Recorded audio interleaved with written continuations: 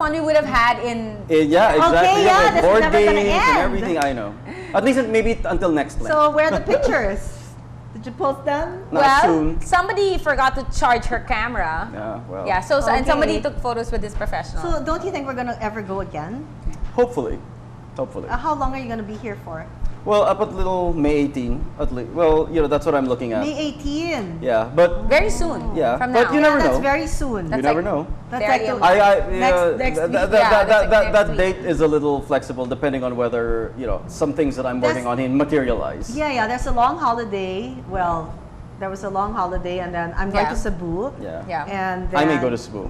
Okay, and then so maybe we'll make up for it then. and No, Cebu. you're not going but- at the same time. Yeah, but we also have to go to the beach of Tita Amalia Fuentes. Yes, and that beach house will always be there, God willing. Yeah, And I know. and Tita How Amalia often are is you here in there. the Philippines? Quite often, maybe Once a 2 or year. 3, yeah, at least once a year. And how long do you stay?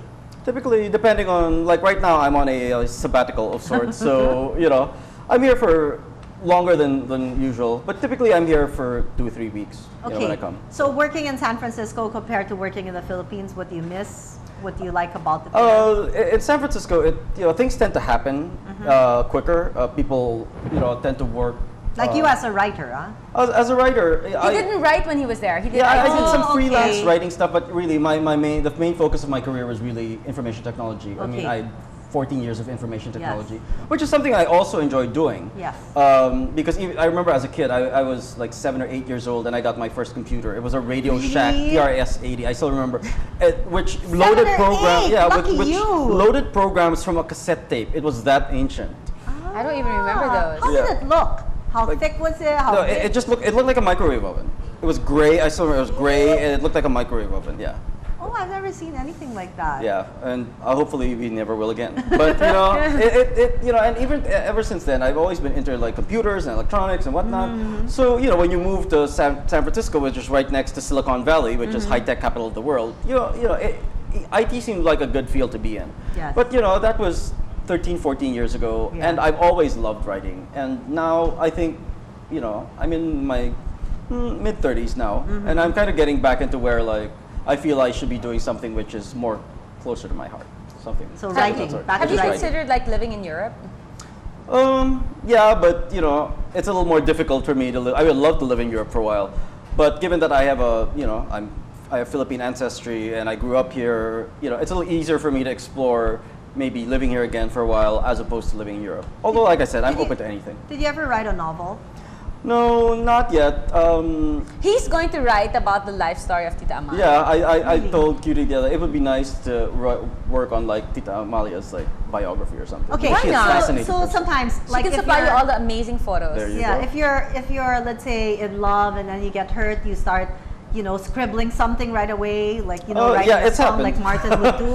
It's happened. Yeah, I've gotten into situations where at the end of which usually I write really long dramatic letters to the person, but they don't necessarily get sent. Yeah, but, yeah, exactly. But it's like, this could have happened, this could happen, our children have been so good looking, but now go to hell, Anyway. Wait, so you don't put it in a blog or you don't write it? Do you keep any of those? No, I do actually, because I'm a pack rat. I hang on to everything. A habit which has driven my mom crazy since I was like 5 years old. But I keep a lot of this stuff. I don't necessarily publish a blog. Maybe I've been asked to do so in the past, just because Yeah, why not? a blog is a little more public, and there are certain things You don't want as out there. it's called a private life for a reason, and there are Yeah. certain things you want to keep private or only maybe share it with a very small select group of people. And once you start getting into the whole blog thing or doing, say, what are called Twitter feeds, where Yeah. you're constantly updating people with what you're Yeah. doing, then your life becomes a little more public, I think. Yeah, and I know. especially I know as a why journalist. people like the Twitter. I mean, like they like it. Yeah, and especially as a journalist or a former journalist, and hopefully soon to be journalist again, I would prefer to be covering the subject instead of being the subject. Okay, so you're going to be a journalist again in San Francisco.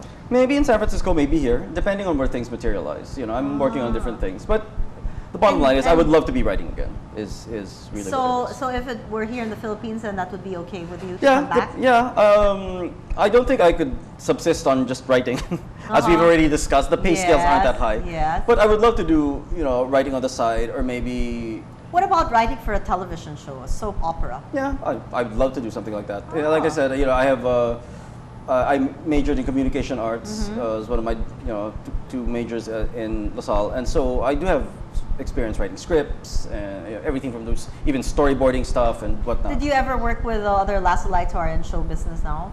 Yeah, not work with them directly, but peripherally. So, and in LaSalle, like everybody, a lot of people know each other. So even if we didn't work together, we have some personal experience with each other. Okay, So. who's your favorite author? Again, it depends. Like my favorite book of all time, just because it came at a very crucial juncture in my development as an adolescent, is Richard Bach. He wrote Jonathan Livingston Seagull, which when you're 13 years old and you're feeling lost and like you're the only everybody has person in to the read world that. that's like this. You read a book like that and it's really kind of wow. Yeah, it okay. changes your life. Yeah, it does. It did actually in many ways. But like I have a bookshelf actually in San Francisco that has all the books that I found really interesting enough to be called my favorites, and it has about 60 or 70 books at this point. It's like books are spilling out of it. How But, often do you go back and read one book all over again? Quite often actually. If it's a book I like, sometimes I read it 3-4 times. Really? Yeah, and the same way with movies. For example, my favorite movie of all time is Casablanca, and I've probably seen Casablanca like I haven't even- easily 200 I don't times. think I think I've seen it once. Yeah, it's a beautiful film. It's long, right? I haven't seen it. It isn't that long. It's about maybe not even 2 3? hours. No, maybe about 2 hours. Maybe an hour and 45 minutes. But it's arguably one of the best written films ever. So, okay, I'm gonna borrow that And and see it again. and of course the actors Humphrey Bogart, like Ingrid Bergman, Claude Rains. These are giants of Hollywood Okay. film. What do you call that thing? You read a book on audio? Audiobooks. Yeah, audiobooks. Do you do that, or Not you really. prefer to? I really read it? prefer to read it because Kindle. Kindle maybe in the future when they refine Kindle. and What is work it, out some of the Kindle or quirks. Kindle? Kindle. Kindle. Yeah, it's Because an Carlos got Amazon.com. one. Yeah. Yes. But So, I yeah. I just like there's something about the whole experience of reading a book. Feeling the paper in your hands. Lying down. I love the under a smell tree. of books. Exactly. I love the smell of bookstores. Inside fully booked. I'm like, Yeah, I remember mentioning to a friend before. I could Live I in could a- I could live in a bookstore. Basically, yes, like and there's a saying that goes, deprive me of. I can go without food. I can go without sleep, just But not not without with a books. book. Yeah, Ah. I could really like. I could spend easily 3 or 4 hours just in one bookstore, just perusing books and. So would you rather stay home, like your friends invite you to go out for the night and have drinks and stuff like that, and would you like exchange that for staying home and reading a book? In many cases, yes. Like I have, especially like I remember the first time I ever went out. I was 11. I mean, went out like clubbing.